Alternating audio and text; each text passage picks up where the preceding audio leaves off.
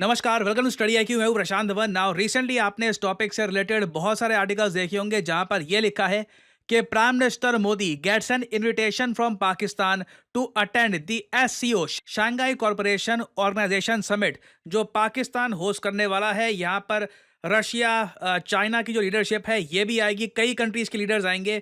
तो पाकिस्तान कह रहा है कि इंडिया की तरफ से ये चाहते हैं कि डायरेक्टली पीएम मोदी रिप्रेजेंट करे इंडिया को इस समिट में। नाउ अगेन, जो पाकिस्तान का इनविटेशन है ये काफी बोल्ड है, स्पेशली एक ऐसे टाइम में जब जम्मू कश्मीर में लगातार आतंकवादी हमले हुए हैं और इंडिया पाकिस्तान के रिलेशंस ओवरऑल आप अगर देखें तो नॉर्मलाइज बिल्कुल भी नहीं हुए हैं। हमारी जो क्रिकेट टीम्स हैं वो भी बायलैटरल सीरीज नहीं खेलती। तो प्राइम मिनिस्टर ऑफ इंडिया का पाकिस्तान में जाना, देखिए, ये काफी ज्यादा अनलाइकली लग रहा है। बट क्वेश्चन यहां पर यही है कि अगर पीएम मोदी पाकिस्तान नहीं जाएंगे तो क्या इसका मतलब यह है कि डॉक्टर एस जयशंकर जाएंगे पाकिस्तान में? और इस वीडियो में हम थोड़ा ये भी डिस्कस करेंगे कि जो एससीओ और ब्रिक्स है, इन दोनों ग्रुप्स का फ्यूचर क्या है, क्योंकि बहुत बार ना लोग कंफ्यूज कर जाते हैं एससीओ और ब्रिक्स के बीच में। देखिए, ये है आपके सामने एससीओ ग्रुप के मेंबर्स। जी हाँ, पाकिस्तान भी एससीओ का मेंबर है, इसलिए इस बार पाकिस्तान की बारी आई है एससीओ समिट होस्ट करने की। और इधर आप देख पाओगे ये सब कंट्रीज हैं ब्रिक्स के फाउंडिंग मेंबर्स। बाद में ब्रिक्स में ऑब्वियसली बहुत सारे और मेंबर्स भी रिसेंटली ऐड हुए हैं, मगर ये जो 5 देश हैं ये प्रिडोमिनेटली हैं ब्रिक्स के फाउंडिंग मेंबर्स।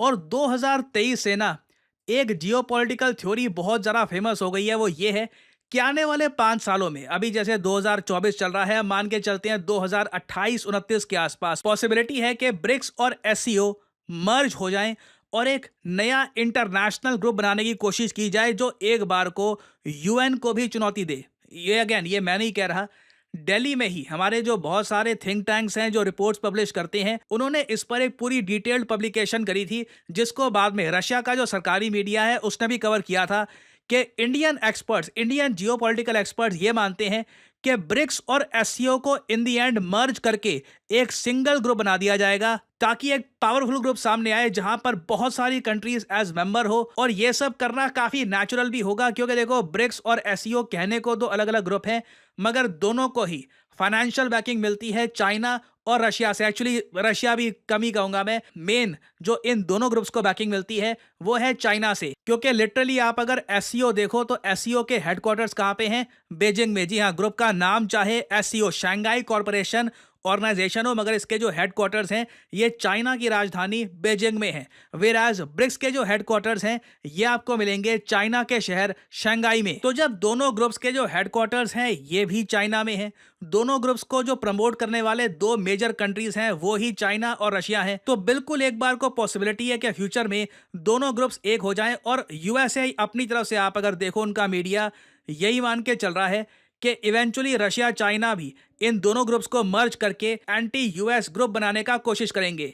और अगेन, ये बात ऐसे अज्यूम मत कर लेना कि अच्छा अभी इंडिया में एक जियोपॉलिटिकल थिंक टैंक ही कहना है इसको। हाल ही में 2023 में काजाख्स्तान के जो प्रेसिडेंट हैं इन्होंने भी सेम बात दोहराई थी कि ब्रिक्स और एससीओ के एफर्ट्स को यूनाइट एक करने की आवश्यकता है। तो ये आवाज आप देखोगे आने वाले समय में ये बढ़ती जाएगी। और यूएसए के लिए मैं कहूंगा ये एक बुरे सपने से कम नहीं है, क्योंकि बहुत सारे देश हैं जो ब्रिक्स को ज्वाइन करना चाहते हैं।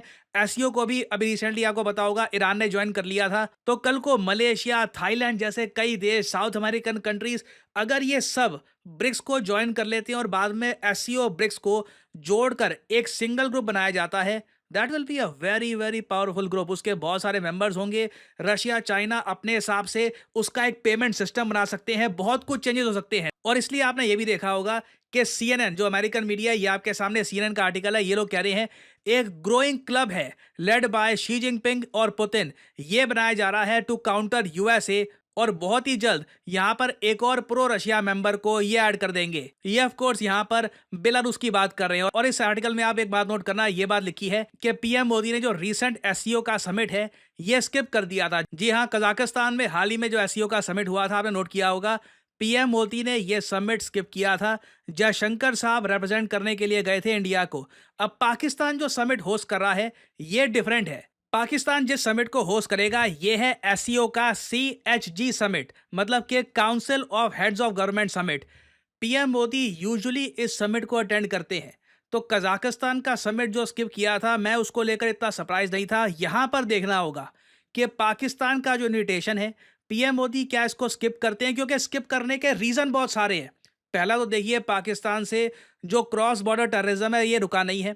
दूसरा ये है कि अमेरिकन्स बहुत ज़्यादा सेंसिटिव बनते जा रहे हैं एससीओ को लेकर। साल दर साल मैं देख रहा हूँ अगेन, जैसे-जैसे इवेंचुअल आप उसको मर्जर कह लीजिए या फिर दोनों ग्रुप्स को उनकी पावर्स को यूनाइट करना कह लीजिए, जो भी कह लीजिए, एससीओ और ब्रिक्स धीरे-धीरे एज़ ए ग्रुप इकट्ठा काम करना स्टार्ट कर देंगे। यूएस इस बात को लेकर बहुत नर्वस है और इंडिया की पार्टिसिपेशन कोई बड़ी बात नहीं है आने वाले टाइम में। इस ग्रुप में, इस समिट में ओवरऑल धीरे-धीरे कम होती हुई आपको दिखे। तो मैं सरप्राइज़ नहीं होऊँगा कि पीएम मोदी जो ये पाकिस्तान वाला समिट है सीओ का, या तो इसको अटेंड ना करे। जयशंकर साहब भी हो सकता है, अगेन पॉसिबिलिटी है कि वो ना जाए वहां पर। सीधा वीडियो कॉन्फ्रेंसिंग के जरिए जयशंकर साहब पार्टिसिपेट कर रहे हैं उस समिट में। और अगर मान लीजिए जयशंकर साहब जाते हैं पाकिस्तान में, तो जब बिलावल भुट्टो आए थे ना इंडिया में, आपको याद होगा जब एससीओ के फॉरेन मिनिस्टर्स की जो मीटिंग हुई थी इन इंडिया, बिलावल भुट्टो आए थे पाकिस्तान की तरफ से, कितनी कंट्रोवर्सी हुई थी। सेम टाइप का ही सीन आपको देखने को मिल सकता है कि एस जयशंकर जा रहे हैं पाकिस्तान में। It will be very interesting to see. हालांकि मैं यही बोलूंगा, आप पाकिस्तान में देखोगे ना, कई पाकिस्तान के पॉलिटिशियंस खुल के कहते हैं कि पाकिस्तान को एक लीडर चाहिए लाइक नरेंद्र मोदी। यहाँ पे आप देख पाओगे साजिद तरार पाकिस्तानी अमेरिकन बिजनेसमैन है, पाकिस्तान के काफी बड़े पॉलिटिशियन भी हैं। ये कह रहे हैं Pakistan needs a leader like Narendra Modi. Nationalism has worked well for India, और सेम टाइप की जो आइडियोलॉजी है ये पाकिस्तान को भी चाहिए। बट आप अगर एक लार्जर पिक्चर देखोगे, आप यहाँ पर यूएस के कंसर्न्स देखोगे, एससीओ ब्रिक्स का फ्यूचर देखोगे, ये सब देखकर लगता नहीं है कि पीएम मोदी पाकिस्तान जाने वाले हैं। हालांकि ये टॉपिक बहुत ज्यादा न्यूज में रहेगा, याद रखिएगा। अक्टूबर को समिट है, अक्टूबर से पहले पहले हमको आइडिया लग जाएगा कि पीएम मोदी पाकिस्तान जा रहे हैं या नहीं जा रहे। यहाँ पे एक्चुअली मैं आपसे पूछना चाहूंगा, आपके हिसाब से प्रधानमंत्री नरेंद्र मोदी को पाकिस्तान जाना चाहिए या नहीं? या फिर आप यहाँ पर ये भी लिख सकते हैं कि पीएम मोदी नहीं, जयशंकर साहब को जाना चाहिए। या फिर आप मानते हैं कि ना जयशंकर साहब को ना पीएम मोदी को, इंडिया को ये समिट अटेंड ही नहीं करना चाहिए। लिखिएगा इसके बारे में कमेंट सेक्शन में, मैं जेन्युइनली जानना चाहूंगा आपका ओपिनियन। और हाँ, हमेशा की तरह आपसे यहाँ पे मैं एक एमसीक्यू भी पूछूंगा। देखिए, हाल ही में एक देश है जिसने इंडियंस को एक गिफ्ट दिया है। ये कंट्री कह रहा है कि इंडियंस के लिए ओपन वेलकम वीजा की रिक्वायरमेंट नहीं होगी, हम इंडियंस को देंगे वीजा फ्री एक्सेस अपने देश का। तो बताइए, हाल ही में किस कंट्री ने ये अनाउंसमेंट करी है? ये है यहाँ पे आपकी ऑप्शंस, श्रीलंका, स्वीडन, ईरान या फिर ताइवान। कमेंट सेक्शन में करिए उत्तर। जो लोग सही आंसर देंगे उनकी कमेंट को मैं हार्ट दे दूंगा ताकि बाकी लोग समझ पाए कि सही आंसर क्या है।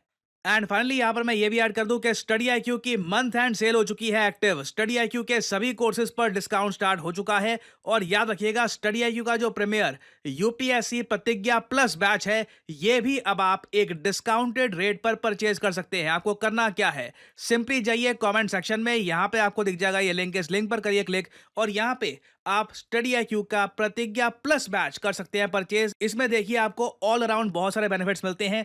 स्टडी आईक्यू ओपनली कह रहा है कि अगर आप प्रीलिम्स क्लियर करते हैं यूपीएससी का, तो सारा का सारा पैसा जो आप पे करेंगे स्टडी आईक्यू को, ये हम आपको वापस कर देंगे। और साथ ही साथ ऑब्वियसली इस कोर्स में हम मेंस और इंटरव्यू की तैयारी आपकी साथ में कराएंगे ही। स्टडी आईक्यू तो आपको यहां तक कहता है कि अगर आप चाहते हैं, अगर आपकी इच्छा है, तो आप दिल्ली में भी आ सकते हैं और स्टडी आईक्यू के साथ फ्री ऑफ कॉस्ट प्रिपरेशन कर सकते हैं यूपीएससी एग्जाम की। और प्रतिज्ञा प्लस जो है ना, यहाँ पर प्लस का मतलब ये है कि जैसे ही आप ये कोर्स परचेज करते हैं, तो स्टडी आईक्यू का जो इंटरनल वीकली टेस्ट होगा उसमें आप कर पाओगे पार्टिसिपेट। बेसिकली क्या होगा कि स्टडी आईक्यू हर हफ्ते एक टेस्ट कंडक्ट करेगा संडे को सुबह 11 बजे। आप उस टेस्ट में अगर रैंक ले आते हैं तो आपको स्टडी आईक्यू देगा 11,000 रुपए का प्राइज। लिटरली आप ये कह सकते हैं, आपने एक दो टेस्ट ये निकाल लिए, आपकी रैंक आ गई अच्छी, तो ये कोर्स वैसे भी आपका एब्सोल्युटली फ्री ऑफ कॉस्ट में हो जाएगा। तो ये एक गोल्डन अपॉर्चुनिटी है to buy this course at a discounted price. ये जो प्राइस यहाँ पर लिखा है, never ever pay this price, simply यहाँ पर कोड यूज करिए PD10 to get the maximum discount. बाकी देखिए वेरियस और कोड्स हैं, for example only for today वगैरह, ये कोड्स आप यूज करते हैं, आपको मैक्सिमम डिस्काउंट नहीं मिलेगा। To get the maximum possible discount always use the code PD10 and you will be able to save a lot of money. So इसी note के साथ ये है वीडियो का अंत। Thank you for listening and as I always say, may the gods watch over you.